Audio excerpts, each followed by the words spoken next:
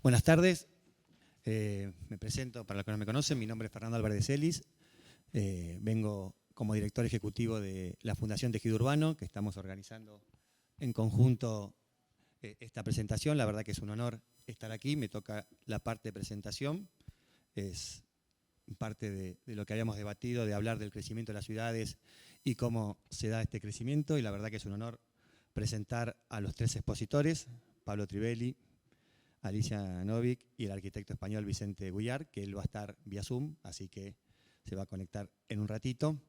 Pablo Trivelli, voy a ser muy breve con los currículum, ni siquiera currículum, con un poquito de alguna reseña de ellos. Pablo Trivelli es economista y docente, editor muchos años del Boletín del Mercado del Suelo Urbano en Santiago de Chile, investigador especializado en temas de organización social del espacio, mercado del suelo urbano y financiamiento municipal, docente de varias universidades de Chile, también docente de la Universidad de Itela en Buenos Aires, trabajó en varios proyectos de desarrollo desde la visión pública. Alicia Novik, arquitecta con máster en urbanismo y planificación territorial, Instituto de Urbanismo de París, magíster y doctora en historia de UDESA, docente y referente de organismos de evaluación y acreditación, se especializa en instrumentos de historia de urbanismo, también fue consultora del BID, de planes nacionales y municipales y de otros programas de planeamiento territorial.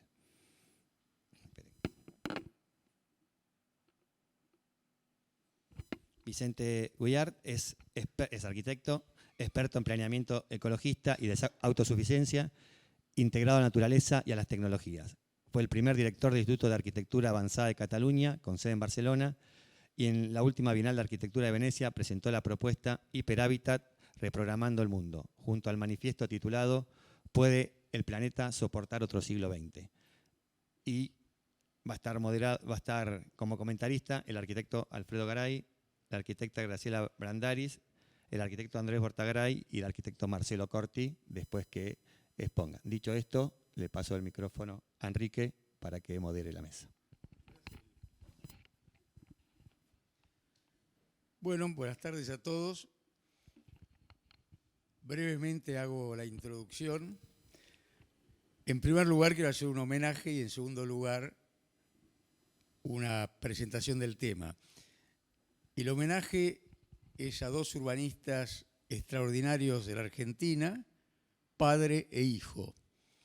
El padre, el ingeniero Carlos María de la Paulera, que fue uno de los primeros urbanistas argentinos, estudió en la Universidad de Buenos Aires, pero después se graduó en urbanismo en París.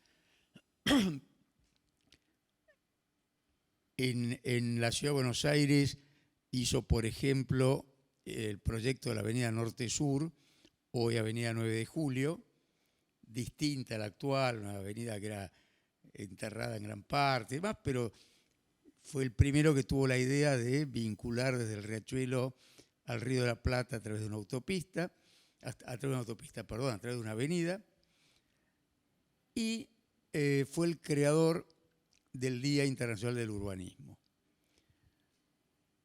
Su hijo, el arquitecto Claude de la Paulera, a quien muchos de los que estamos acá tuvimos la suerte de conocer, una persona extraordinaria, un urbanista de nota, por ejemplo, el principal impulsor de la creación del CEAMSE, el Cinturón Ecológico del Área Metropolitana.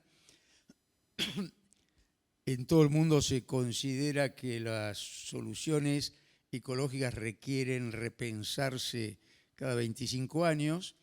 Acá, que somos bastante lentos en pensar, organizar y poner en marcha, llevamos casi 50 años con el cinturón ecológico y estamos vivos y sobrevivimos como ciudad gracias a que el cinturón ecológico está funcionando. Bueno, seguimos, por supuesto, ya conocemos la necesidad de modificarlo, de pensar de vuelta, de organizar, pero mientras tanto seguimos gracias a las ideas que Claude tuvo en su mente hace, yo creo que 47 o 48 años que se arrancó con el cinturón ecológico.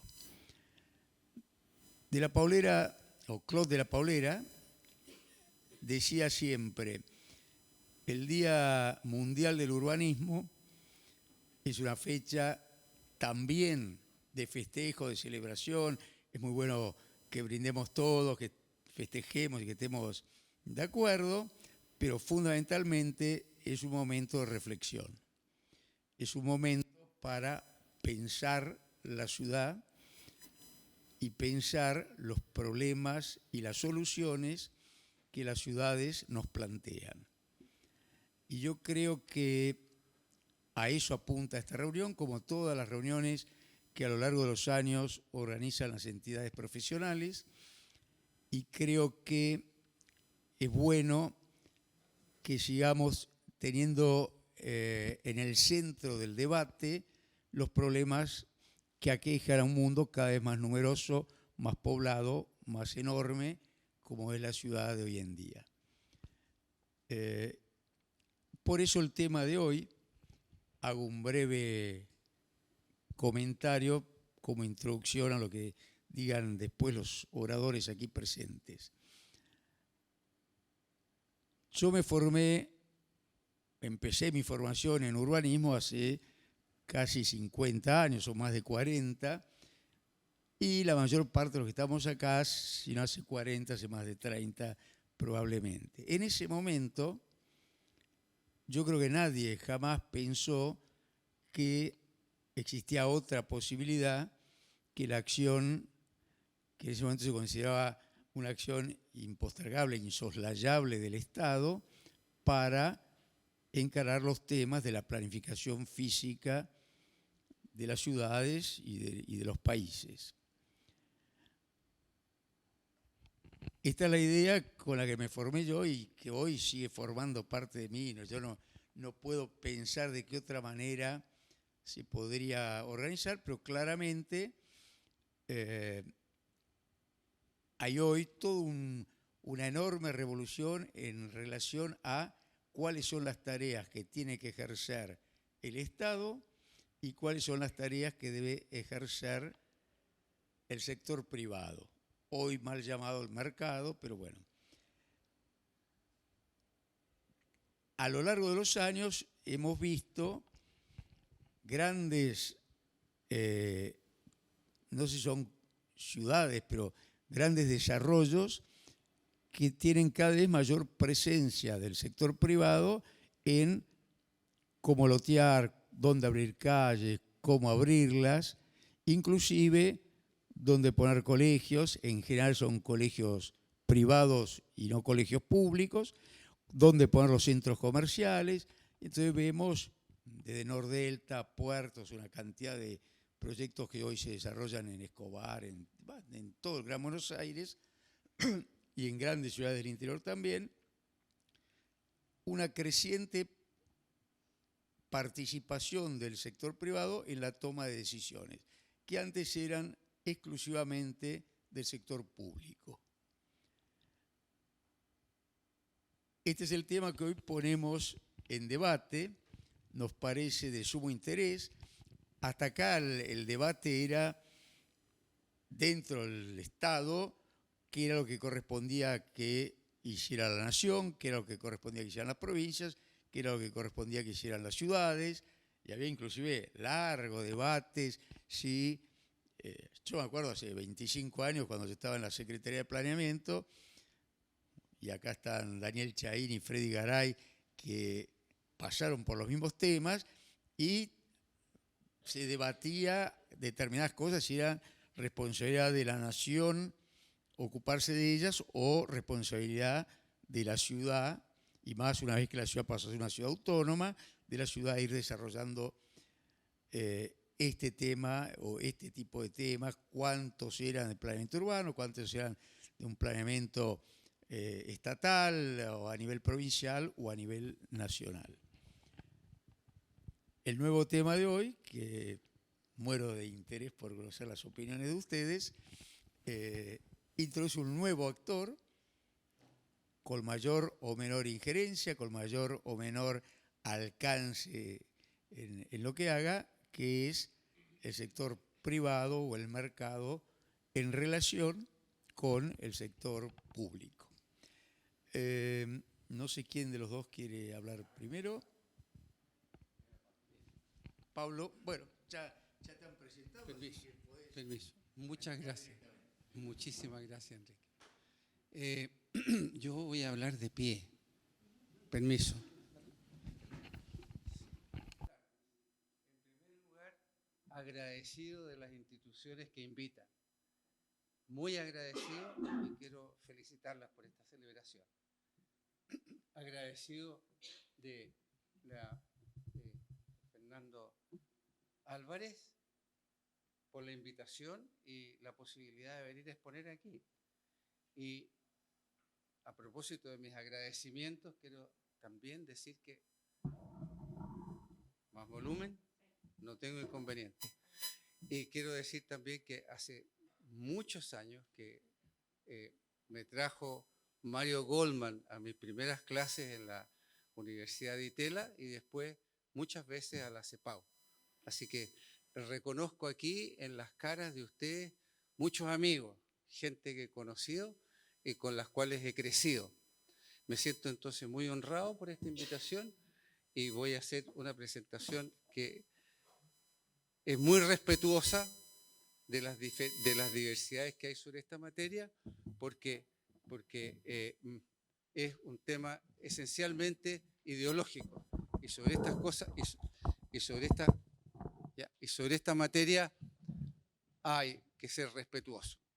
Celebro entonces esta celebración sobre el Día Mundial del Urbanismo en un contexto en que la población mundial crece rápidamente. ¿Cómo hago señales? Cuando vos cambias acá, yo les aviso. Bien. Bien. Se concentra cada vez más en grandes ciudades. Se concentra en ciudades y cada vez más en grandes ciudades. Y el activo más valioso de estas ciudades es su gente, obviamente. Por eso es que está en el centro de la preocupación y desde el punto de vista político, el activo más valioso es un buen gobierno. El mayor espacio, la mayor cantidad, la mayor parte del espacio urbano y las edificaciones tienen un carácter privado. Esa dinámica económica de las ciudades y su desarrollo se articula en torno al mecanismo de mercado. Y la iniciativa privada, a través de la persecución de intereses materiales y el afán de lucro, a través de infinitas y millones de decisiones atomizadas, va dando forma a la ciudad y aportando creatividad y diversidad. Es el mayor valor. Sin embargo, la esencia de la naturaleza de la ciudad es lo público. Esto abarca muchos aspectos que tienen que ver con el bien común, que no se resuelven a través del mercado, que trascienden los intereses individuales y que remiten a mecanismos políticos de asignación de recursos, compatibilización de intereses y resolución de conflictos, porque hay muchos conflictos en la ciudad. También hay elaboraciones ideológicas que permiten ir elaborando imágenes de futuro hacia donde queremos llegar. Si aceptamos, como ya dijeron las personas que presentaron, y Damián también, que la ciudad es un organismo vivo, entonces uno, lógicamente, podría preguntarse, ¿cuál es el ADN que orienta el desarrollo de este organismo vivo? Y en mi opinión, ese ADN es el marco político ideológico de quienes gobiernan la ciudad. Y voy a dar un ejemplo muy breve.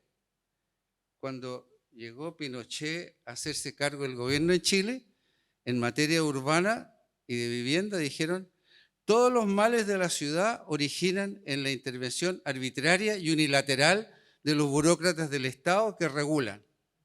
Por lo tanto, lo que tenemos que hacer para que la ciudad prospere y crezca es desregular. La ciudad de Santiago tenía un límite urbano de 40.000 hectáreas y por simple decreto, como era un poquito escandaloso abolir el límite urbano, por simple decreto de un día para otro, el tamaño del límite urbano creció de 40.000 a 100.000 hectáreas, de tal manera que no regulaba nada. Y junto con eso desregularon todo tipo de códigos, impuestos y reglamentos. Y para poner énfasis en esto de que la cosa pública está en la esencia de la naturaleza de lo que es lo público, es que es cosa de fijarse en la vida de las personas. Y para cualquier persona, en casi cualquier país del mundo occidental, es verdad una descripción de la vida que dice que nace en un hospital público, se educa en una escuela pública, en algunos casos continúa en una universidad del Estado, vive en una vivienda construida con ayuda de una institución del Estado, bebe agua provista por una empresa pública, ilumina su casa con energía eléctrica generada y distribuida por una empresa pública, se divierte en un parque público, en el estadio municipal o en el teatro municipal, viaja por una vía pública, en transporte público, compra habitualmente en un mercado municipal, muchos trabajan en un servicio público y cuando es necesario recurren a la protección policial y en el otro extremo pasan por los juzgados, luego se van a la cárcel, que es pública también. Y ¿está claro? Se van a la cárcel, que es pública también, y por último se muere, que lo entierran en un cementerio municipal. Eso es verdad en general. Y ya sé que hay excepciones, pero no me voy a detener en las excepciones, sino que voy a plantear en la cosa gruesa. Es cierto que estas cosas que aparecen en la ciudad no son resultado de una acción espontánea del Estado, sino que ni el funcionamiento del libre mercado, es necesaria una acción deliberada. Y es lo que ustedes plantearon, que gracias a Dios hoy día hay un proceso deliberativo que Damián planteó que es bueno tener prudente y en cuenta la empresa privada. Y desde el punto de vista de la planificación, también es bueno mencionar que existe un destiempo, una desarticulación entre los tiempos de la planificación y los tiempos de los proyectos públicos urbanos de largo plazo, porque los tiempos de los gobiernos son de 4 años, 6 años, pero nunca más que eso. Y los proyectos urbanos en general tienen grandes periodos de desarrollo que trascienden con creces los 4 o los 6 años, si uno quiere mirarlo. Y de las cosas fantásticas es cuando uno le pregunta a la gente, ¿qué proyectos conoce usted que se desarrollaron y se pensaron desde hace más de 50 años? La gente puede encontrar muchos. ¿Cuáles propondría usted que estén vigentes y que cambien la vida de la gente en los próximos 50 años? Nos quedamos con una página más o menos en blanco, porque lo que se piensa normalmente es en lo inmediato. Bien, este crecimiento de población del cual hablábamos, estamos llegando hoy día a más o menos unas 8.000 hectáreas, 8.000 millones de personas, y no es cosa que simplemente crezca la población, sino que crece el proceso de urbanización, y ahí en ese gráfico se muestran las tendencias al crecimiento de la población urbana. Ya vemos que estamos en una cifra del orden del 60% de la población urbana y que Argentina está por arriba del 80%. En términos económicos, esto es fundamental, porque tenemos ahí un gráfico de cómo crece el Producto Bruto Mundial, la creación de riqueza y de patrimonio en el mundo. Y vemos que esto se dispara a partir de 1800 y mucho podemos conversar sobre las causas que generan esto, pero en definitiva lo que es necesario es tener en un análisis histórico que no hay ninguna posibilidad de desarrollar, pero simplemente mencionar que la ciudad está en el origen, en la matriz de la cosa económica, que está de la cosa política, de la cosa cultural y del desarrollo comercial. Y si uno estudia el desarrollo económico y el desarrollo de las ciudades, puede ver con claridad que a mayores niveles de población urbana, en la medida que crece la población urbana de las naciones, crece el producto. Es decir, las ciudades son los motores de la economía. Y entonces uno se pregunta, estas cifras son un poquito abstractas. Me encanta que esté Marcelo Corti aquí, porque voy a decir que si uno mira un poquito en concreto qué cosas podría decir respecto a esto hoy día, es que si continúan las tendencias que conocemos, en los próximos 10 años la ciudad de Buenos Aires, el Gran Buenos Aires, va a acoger una población equivalente a lo que tiene Córdoba hoy día. Es decir, en los próximos 10 años se va a incrementar la población del Gran Buenos Aires en 1,5 millones de personas, que es aproximadamente la población que tiene Córdoba hoy día. Entonces uno se pregunta, ¿está preparada la ciudad de Buenos Aires para recibir 1.500 millones de personas en términos de dotación de suelo, de escuelas, servicios públicos y todo tipo de apoyos que necesita la ciudad y que son de origen público, tal como vimos? Bien. Entonces, ¿por qué es tan importante cómo funciona el mercado? Porque el mercado es el que regula el orden de las ciudades. Y cuando no hay regulaciones públicas y planificación, la escasez se asigna a los que tienen plata. Porque el que paga más, el que se queda con los terrenos y el que desarrolla lo que hay que hacer. Bien, pero no existe una ciudad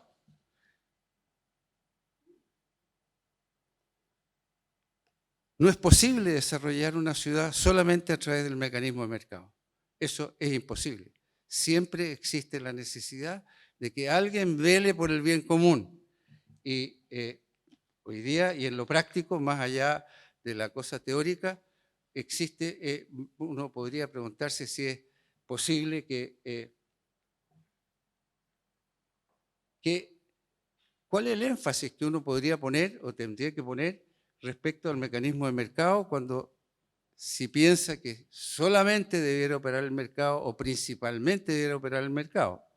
Para que opere el mercado tendría que haber oferta, es decir, entidades que ofrecen y que colocan productos del mercado, y demanda. No es necesidades. Demanda significa necesidades que tienen respaldo económico en el mercado. Yo podría decir que tengo una necesidad de irme a veranear a Hawái, pero no tiene prioridad y no tengo plata para hacer eso. Lo mismo con muchas necesidades que es necesario para que se transformen en demanda, que tengan respaldo económico.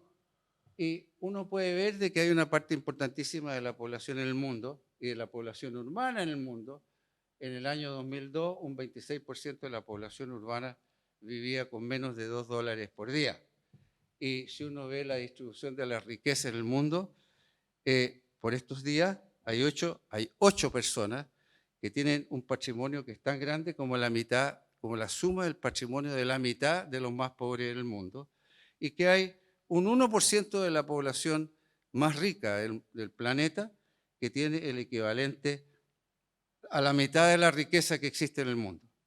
Estos pobres se localizan en las ciudades y por estos lados del mundo, en América Latina, tenemos un 33% de población bajo la línea de pobreza, un 14% bajo la línea de indigencia, significa 200 millones bajo la línea de pobreza y 88 millones bajo la línea de indigencia. Significa que existe un tercio de la población que se van a... Estos son urbanos. Un tercio de la población que se van a acostar todos los días con las guatitas a medio llenar. Entonces, cuando queremos dejar que la ciudad quede al arbitrio de la demanda y un tercio de la población no tiene respaldo para hacer su demanda y un 80% de la población tiene una situación precaria, tal como se dice ahí, significa, para estándares argentinos, hogares que tienen una situación vulnerable, son todos aquellos que tienen una población, un hogar de 4 personas que gana menos de 2 millones al mes. Ustedes sabrán, yo pregunto, ¿qué les parece si son muchos, son pocos? Y uno podría pensar de verdad que con esa plata son vulnerables. Bien, pero para atender esto desde el punto de vista político, como dije que la ciudad tiene un origen político muy importante, tendríamos que considerar de que un principio de convivencia ciudadana esencial es la igualdad de oportunidades. En la ciudad no se cumple el principio de igualdad de oportunidades urbanas, principalmente porque los bienes públicos y los servicios públicos no llegan a toda la población y esto es responsabilidad del Estado, que no cumple, porque se distribuyen poco equitativamente los recursos en el territorio de las ciudades y no le llegan a los más pobres que no tienen capacidad para demandar.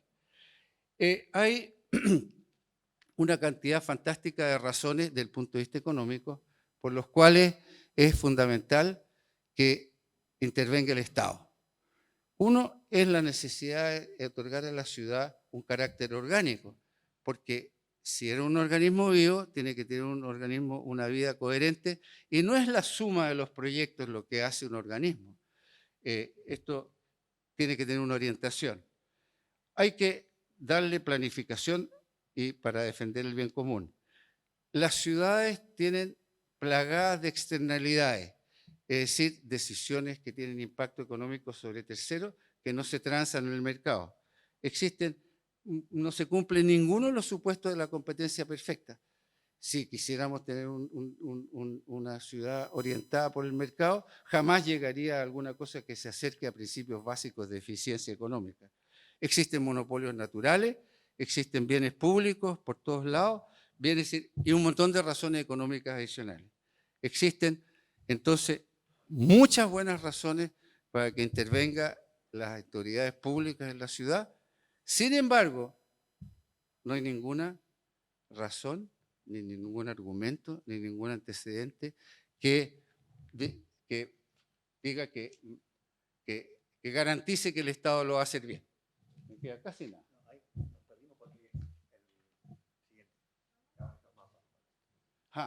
Ya, perdón. Si te devuelves uno, otro. Ya, cuando hablaba sobre la equidad, entonces el tema era que haya una de las características típicas de todas las ciudades latinoamericanas de la falta de equidad es la segregación. Es que los hogares de mayores ingresos viven separados de los hogares de menores ingresos y que la falta de calidad de vida en los lugares en que predominan los hogares de menores ingresos es por una ausencia de inversiones públicas, porque eso es lo que hace la diferencia. Las malas escuelas, los malos policlínicos, servicios de salud, calles, cloacas, transporte público, etc. Entonces, esto es Buenos Aires según estratos, y ya vemos que se expresa claramente la segregación, y un factor fundamental detrás de eso es, la próxima por favor, es el mercado de suelo, y ese es un plano con la estructura de valores de suelo en Buenos Aires, para no quedar como un acusador impune. Aquí, perdón, el que sigue es la capital federal, que también tiene unas diferencias mundiales en los avalúos de los terrenos, y lo que sigue es Santiago, que tiene una segregación muchísimo más acentuada que Gran Buenos Aires y Capital Federal, y esa es la estructura de valores de suelo, que es absolutamente descocada. Bien, existen, ¿cuántos minutos me quedan? ¿3? No, 4, gracias. Bueno, siento que hay una ausencia importante de paradigmas respecto a dónde queremos ir. Entonces me encantó que ustedes dijeran que existen en el debate que existe hoy día en Buenos Aires, y me imagino que en el debate que existe hoy día en Córdoba sobre la modificación o la actualización de las normas, visiones de largo plazo, más allá de lo que son los impactos inmediatos, porque en mi experiencia personal en Chile, la gente no tiene capacidad de levantar la vista y mirar un horizonte que trascienda su vida útil y la de su familia, y por lo tanto los plazos y los espacios amplios de planificación por los cuales se pronuncian son bastante limitados. Y a propósito de lo que hablábamos de la segregación y la importancia del mercado de suelo, simplemente quería mencionar de que una cuestión que se aleja mucho de los principios básicos de una economía de mercado. En la economía de mercado, el pago a los factores es en función de la productividad marginal, es decir, se le paga a cada factor productivo en función de lo que aporta al proceso productivo. Bueno, eso no pasa en la ciudad y no pasa en el mercado de suelo. ¿Por qué? Porque existen las externalidades que generan plusvalía. ¿Qué son las plusvalías? los aumentos del valor de suelo que no tienen nada que ver con lo que haya hecho su dueño. Significa que otros hicieron cosas buenas para la ciudad que valorizaron su terreno. Es decir, no tiene que ver con el aporte que haga el propietario a la ciudad. Bien, como ejemplo, en Capital Federal tiene 20.000 hectáreas, son 200 millones de metros cuadrados. El precio promedio de los terrenos aumentó de $740 el metro a $1.760 el metro, lo cual significa que en el periodo 2006 a 2016 se generaron 200.000 millones de dólares de enriquecimiento sin ningún respaldo, sin ningún esfuerzo que hayan hecho los propietarios. Y en Santiago, tengo esto hecho para todas las ciudades chilenas, en Santiago las cifras dan una plusvalía del orden de 270.000 millones para el periodo 82-2017, y como sé que esto genera polémica, traje este gráfico que lo hizo el equipo del hombre que tengo aquí sentado al lado, cuando era jefe de planificación del municipio, que publicaba un boletín maravilloso con el comportamiento de variables económicas en la ciudad, y uno de los gráficos que es este, que muestra cómo aumentaron los precios promedio de los terrenos en el Gran Buenos Aires. Se generaron, como les dije, 200.000 millones de dólares en enriquecimiento de los dueños de los terrenos, ricos y pobres, sin que hubiera habido ningún esfuerzo productivo de su parte. Quiero, a propósito de esto, comentar. Capital Federal. Capital Federal. Y quiero terminar esta presentación diciendo que la planificación y la vida de las ciudades tiene que enfrentar problemas éticos que son absolutamente ineludibles. Desde un punto de vista moral, se produce una versión perversa del Evangelio cuando en el capítulo Mateo 4, número 25, afirma que a los que tienen les será dado y a los que no tienen, hasta lo poco que tienen les será quitado. Para los de ustedes que no son católicos, no estoy haciendo proselitismo evangélico, todo lo que quiero es decir que esto está consignado en el Evangelio de Marcos y que eso se cumple hoy día en nuestras ciudades, porque la contraparte del enriquecimiento de los 200.000 millones de dólares y los mismos que pasan en Santiago, San Pablo y en todas las ciudades, se concreta en nuestras ciudades de una manera perversa, porque el aumento de los precios de los terrenos hace que los hogares más pobres, las viviendas nuevas para los hogares más pobres, se produzcan en las periferias cada vez más lejanas, sin acceso a las oportunidades que ofrece la ciudad. Muchas gracias.